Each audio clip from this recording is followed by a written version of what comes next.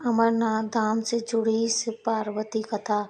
एक बार देवी पार्वती ने देवों के देव महादेव से पूछा, ऐसा क्यों है कि आप न अजर हैं, अमर हैं, लेकिन मुझे हर जन्म के बाद नए स्वरूप में आकर फिर से वर्षों तप करने के बाद आपको प्राप्त करना होता है।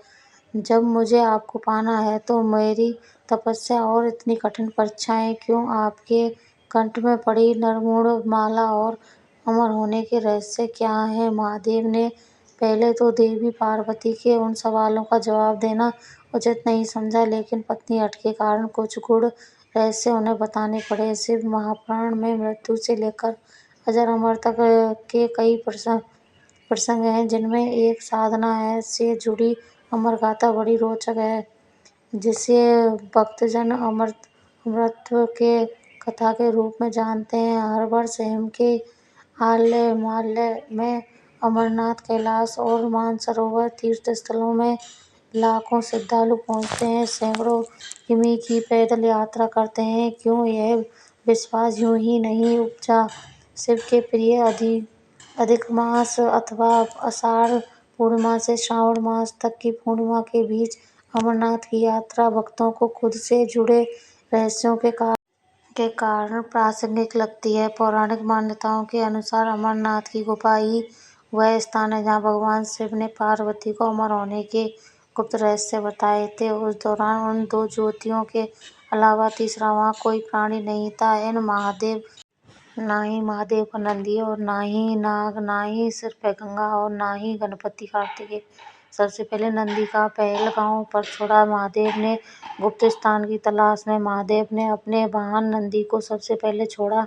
नंदी जिस जगह पर छूटा उसे ही पहलगांव कहा जाने लगा। अमरनाथ यात्रा यहीं से शुरू होती है। यहाँ से थोड़ा आगे चलने पर शिवजी ने अपनी जटाओं से चंद्रमा को अलग कर दिया। जिस जगह ऐसा किया वह चंदनवाटी कहलाती है। इसके बाद गंगा जी पंचतरणी में और कंठाभूषण सर्पों को शेषनाग पर छोड़ दिया। इस प्रकार इस पड़ाव का नाम शेषनाग पड़ा। अगले पड़ाव पर गणेश जी छूटे। अमरनाथ यात्रा में पहलगांव के बाद अगला पड़ाव है गणेश स्टॉप।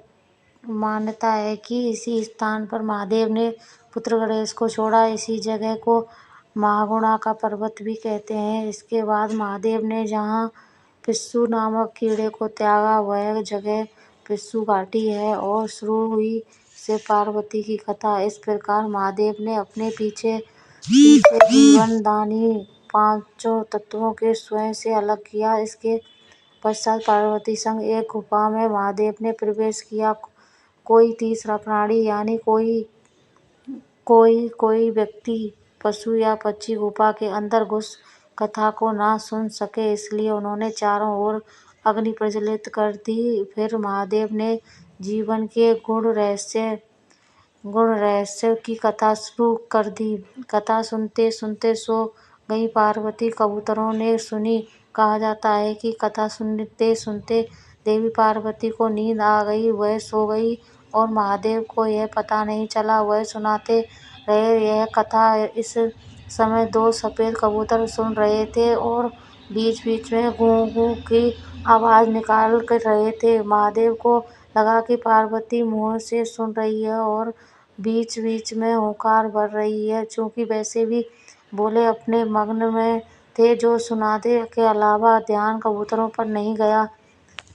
वे कबूतर अमर हुए और अब गुफा में उनके दर्शन होते हैं। दोनों कबूतर सुनते रहे। जब कथा समाप्त होने पर महादेव का ध्यान पार्वती पर गया तो उन्हें पता चला कि वे तो सो रही हैं, तो कथा कौन सुन रहा है। उनकी दृष्टि तब दो कबूतर पर पड़ी तो महादेव को क्रोध आ गया और वहीं कबूतर का जोड़ा उनकी शरण में आ गया और बोला, भगवान, हमने आपके अमर कथा सुनी है। यदि आप हमें मार देंगे तो यह कथा झूठी हो जाएगी। हमें पथ प्रदान करें। इस पर महादेव ने उन्हें वर दिया कि तुम सदैव इस स्थान पर शिव पार्वती के प्रतीक चिन्ह पर निवास करोगे। अंततः कबूतर का यह जोड़ा अमर हो गया और यह गुफा अमरनाथ की साक्षी हो गई। इस तरह इस स्थान का नाम अमरनाथ पड़ा। मान्यता है कि आज इन दो कबूतरों के दर्शन भक्तों को होते हैं। अमरनाथ गुफा में यह भी प्रकृति का चमत्कार है कि शिव की पूजा वाले विशेष दिनों में बर्फ की शिवलिंग अपना आकार ले लेती है। यहाँ मौजूद शिवलिंग किसी